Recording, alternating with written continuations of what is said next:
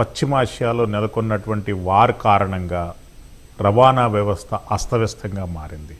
మీరు ఇప్పుడే ఎందుకు నోటీస్ జారీ చేశారు? కొద్దిగా ఆగి అంటే పరిస్థితులన్నీ కుదుటపడ్డానికి ఇస్తే బాగుండేది కదా.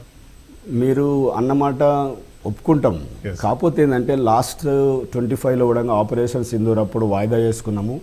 అప్పటి నుంచి చూస్తే ఈ ప్రభుత్వం వచ్చి 2.5 సంవత్సరాలు కావస్తుంది. ఇంకొక సంవత్సరం అయితే ఎలక్షన్ల హడావిడి వాళ్ళకి మొదలవుతుంది. మధ్యలో పంచాయతీ ఎలక్షన్లని, ఎమ్మెల్సీ ఎలక్షన్స్ అని నానా రకాలుగా ఎలక్షన్స్ కోడ్ ఉండడం వల్ల మేము ఉద్యమంలోకి రాలే. ఎలక్షన్ కోడ్ ఉన్న సందర్భంలో రావడం కరెక్ట్ కాదని. కానీ ఇప్పుడు ఎలాంటి ఎలక్షన్స్ లేవు, అయినా మేము సమ్మె నోటీస్ ఇచ్చాము. సరే యుద్ధ వాతావరణం ఉంది, కానీ మన భారతదేశం ఉన్నటువంటి ప్రభావము అంత తక్కువగానే ఉంది, ఆ యుద్ధ ప్రభావం. అయినా కూడా మనకి ఎలాంటి ప్రాబ్లం లేకుండానే ప్రజా అవసరాలకు బస్సులను నడపగలుగుతున్నాం 100%. ముఖ్యంగా మరి ఈ రాష్ట్ర ప్రభుత్వము మొదట ఏం చెప్పిందంటే 2 years back Sonia Gandhi birthday రోజు మహాలక్ష్మి ఉచిత ప్రయాణ సౌకర్యాన్ని ప్రవేశపెట్టినప్పుడు ఓన్లీ 48 అవర్స్లో మేము సక్సెస్ చేసి చూపించినాం. కేవలం 48 అవర్స్లోనే. ఆ 48 అవర్స్లో సక్సెస్ చేసిన తర్వాత ఆర్టీసీ అనేది ప్రజలకు దగ్గరగా వెళ్ళింది.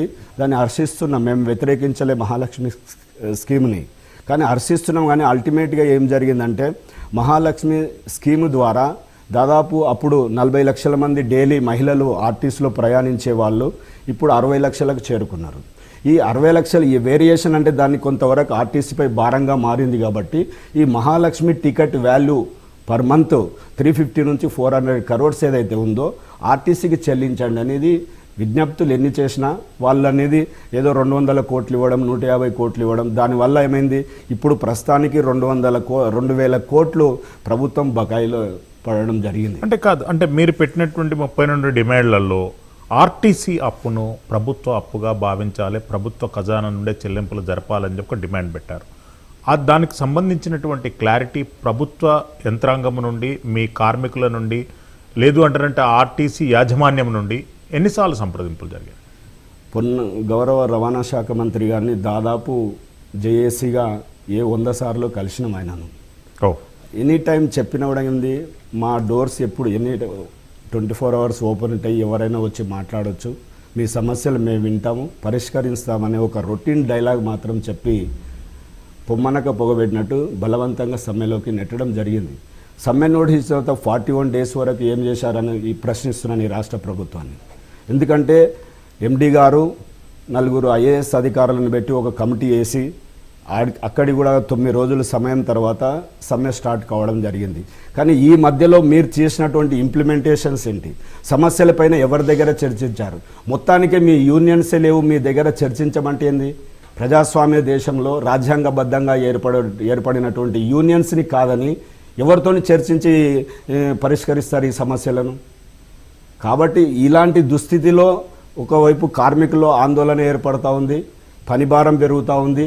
ఎందుకనంటే తెలంగాణ వచ్చినప్పుడు దాదాపు ఆర్టీసీలో 49,000 మంది కార్మికులు ఉంటే ప్రజెంట్గా 38,000 మంది కార్మికులు ఉన్నారు. అప్పుడు దాదాపు 38 లక్షల కిలోమీటర్లు ఎవ్రీ డే ఆపరేట్ చేస్తున్నాం.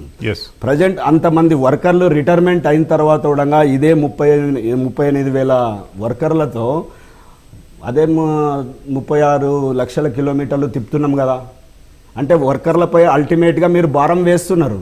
కిలోమీటర్స్ పెంచినారు, వర్కింగ్ అవర్స్ పెంచినారు, ఎక్కడ మౌలిక సదుపాయాలు అనేటివి మీరు పెట్టడం లేదు. నైట్ హాల్స్ అని సర్వీసులు పెడుతున్నారు, ఎక్కడ పడితే అక్కడ మీ ఇష్టం ఉన్నట్టు. కానీ అక్కడ కమ్సెకం టాయిలెట్స్ లేవు, వాష్రూమ్స్ లేవు. వాళ్ళు బస్సులో నిద్రపోవాలి, వర్షానికి వాలానికి తడిసి వాళ్ళు. ఇప్పుడు ఫర్ ఎగ్జాంపుల్ జయరూట ప్రాంతం ఉంది, జయరూట టెంపుల్ ఏరియాలో దాదాపు నైట్ హాల్ట్గా ఒక 50 సర్వీసులు ఉంటాయి, డిస్ట్రిక్ట్ సర్వీసులు, సిటీ సర్వీసులు కలిపి. అక్కడ ఎక్కడ కూడా టాయిలెట్స్ లేవు, వాళ్ళు బస్సులోనే నిద్రపోతుంటారు. వాళ్ళకి సెక్యూరిటీ ఎక్కడ ఉంది, వాళ్ళ డబ్బుకు సెక్యూరిటీ ఎక్కడ ఉంది? డీజిల్ ఎంతో దొంగలు అక్కడ నుంచి ట్యాంకులకి థ్రిఫ్ట్ అవుతా